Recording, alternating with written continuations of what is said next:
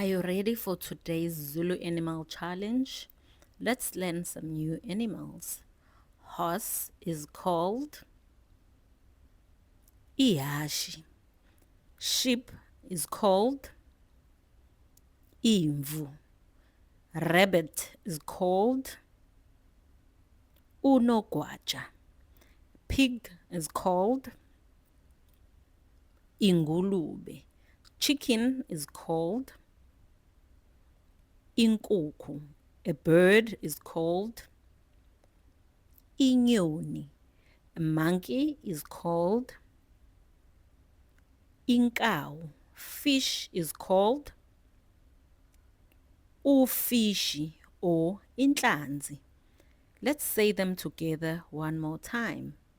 Ihashi, Imvu, Unogwaja, Ingulube, Inkukhu, Inyoni, Inkawu, Ufishi or Inhlanzi. Amazing work. Subscribe for more Zulu lessons.